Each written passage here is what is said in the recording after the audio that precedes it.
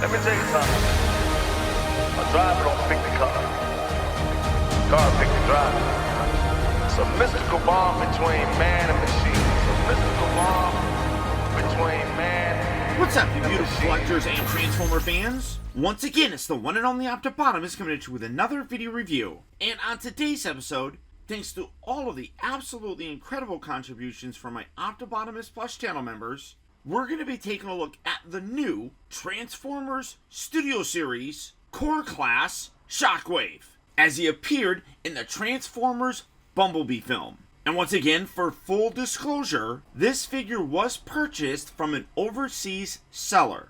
As you can see, once again, the All Mode had to be created by the folks at Hasbro because he did not have one in the film. And they did a pretty good job here. I mean, it's very simplistic. It's that like H-Tank sort of thing that he's kind of had in recent years, whether it be the Michael Bay films or even Transformers Prime. Ultimately, this is not the version of Shockwave that I want to have in my collection. I'm really hoping that they do a full Voyager lead or something like that, just to kind of go along with all the other figures that we've been getting from them. Because, I mean, let's be honest, this along with this just doesn't make much sense. I mean, obviously, he's a Voyager class figure. He's going to be much bigger than Shockwave is, but I really am hoping that a larger version of this guy is planned in the future. But you can see, like I said, that H-Tank design with the purple, with the gray, you got some black elements, you got some nice silver right up here.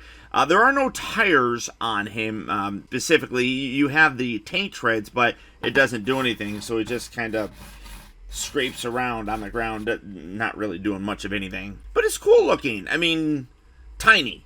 So, you know, it is what it is. But the detail in it is still really very nice. Coming in, obviously I'll do a close-up here of the robot mode, but you can see pretty good detail throughout the entire thing. I mean, I'm always pretty impressed with the detail that they're able to put into these smaller figures.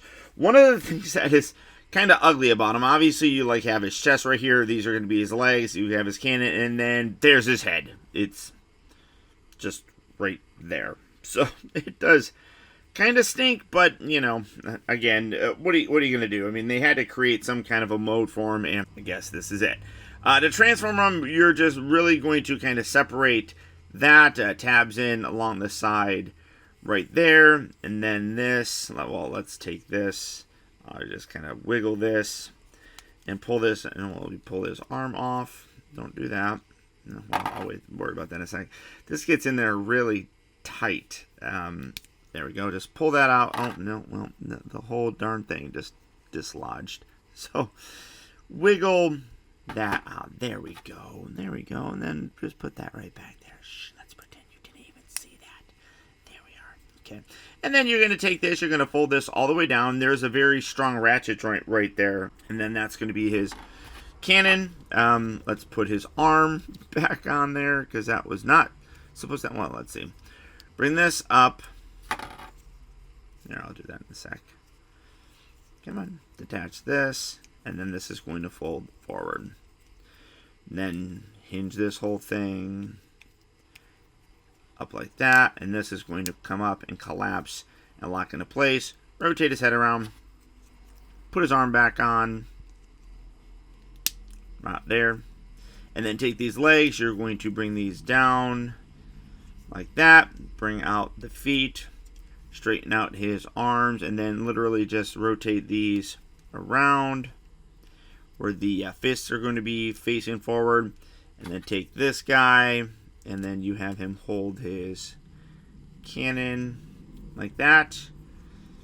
And when you're done, let none survive. Or I don't even remember what John Bailey said right there. Like, let none escape, something like that. I think that's what it was. Let none escape.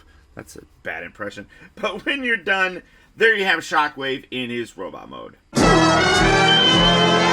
And honestly, for this guy's size, this is a fun toy. As I was talking about, detail-wise, they did a great job with him. It is a, much like all of them, an updated look for the character in terms of making him movie-ish. One thing that I do like noticing here is you can see that right there at his head, it has a very Michael Bay look with like those little things on the side, which were like kind of in the dark of the moon, his like mouth sort of thing. So I dig that those kind of elements are still brought in. I know people complain because I like thinking of the Bumblebee movie as a prequel or something of that nature, and everybody wants to think of it as a reboot. But, you know, hey, whatever. It's my mind. I can do with it what I want. But still, great level of detail throughout the entire thing. I love the lighter purple right here with his chest section. I do wish that the gray was done a little bit darker of a color as opposed to what we have here. Maybe that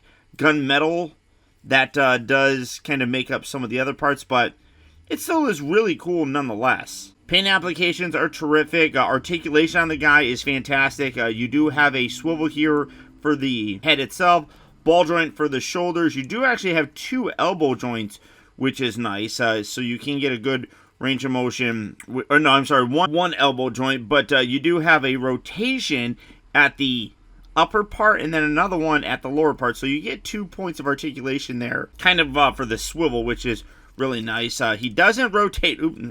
He doesn't rotate at the waist, but that's perfectly fine. But you do get a nice ball joint here at the hips. You do have. Oh no, you don't get. I just keep pulling it off. I thought maybe you had a rotation, but it mostly is just the rotating of the hips themselves. You do have an ankle that can, or a knee that can bend. You have an ankle, no tilt or anything of that nature. So all that articulation is there. You can take that off if you want. Again, I just wish he was a little bit bigger. That's really the only thing that kind of puts me off. Bringing in some deluxe figures. Here is Wheeljack. Here is Bumblebee. All of these, I'm hitting my camera.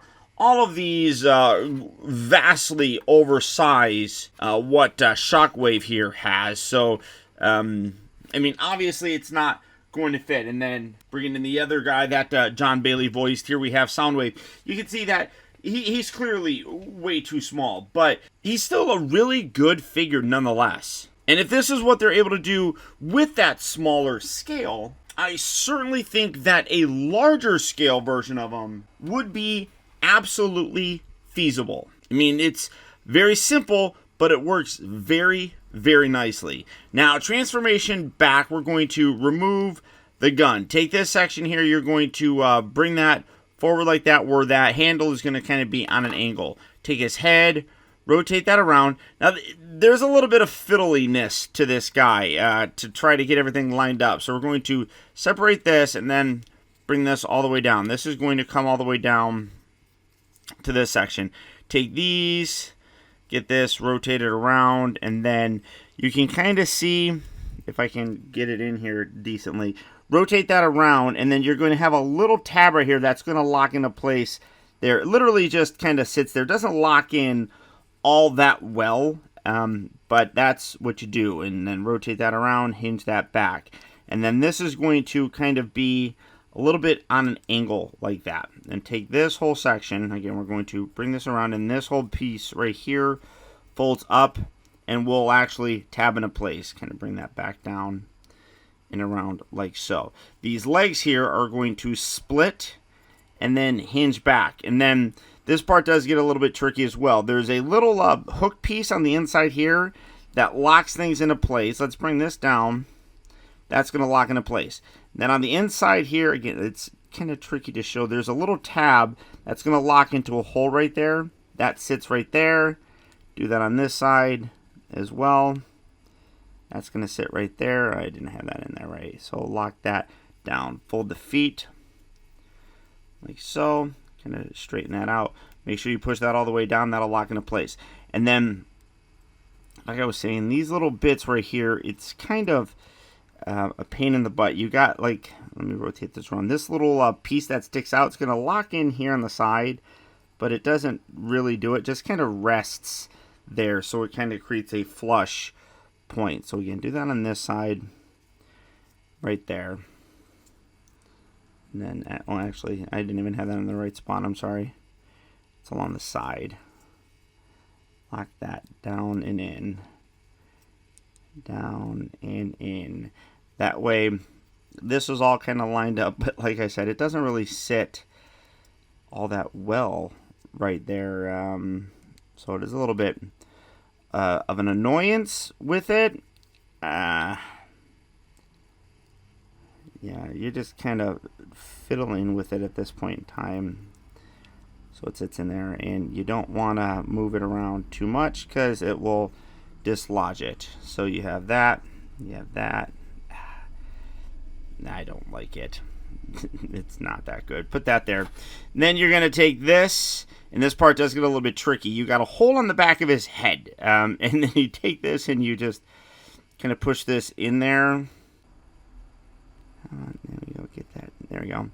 Take that there, and then again, just kind of fiddle around with these little bits. Keep that all there, and there you have Shockwave back in his tank mode. Again, as you can see, very simple, but it's still a good figure. I'm not the biggest fan of this little tank. It is very, very much like what we've seen before. I just think that it's a little bit too simplistic and doesn't really solidly lock in together. And literally, it is just him putting his arms up, spreading his legs, and crab walking. I mean, that's basically it. The best look on him is obviously the robot mode. I really do hope that they do make a larger version of this. I think it would fix a lot of the issues just in terms of the tabbing and everything that I do have with the smaller one. I think that a larger one would be able to correct some of those. As it is, it's a good figure for the size of it. I know a lot of people don't have a lot of space. These new core class figures really do a great job of replicating basically full size figures at a much smaller and cheaper price point. So I do still think that they're worth picking up.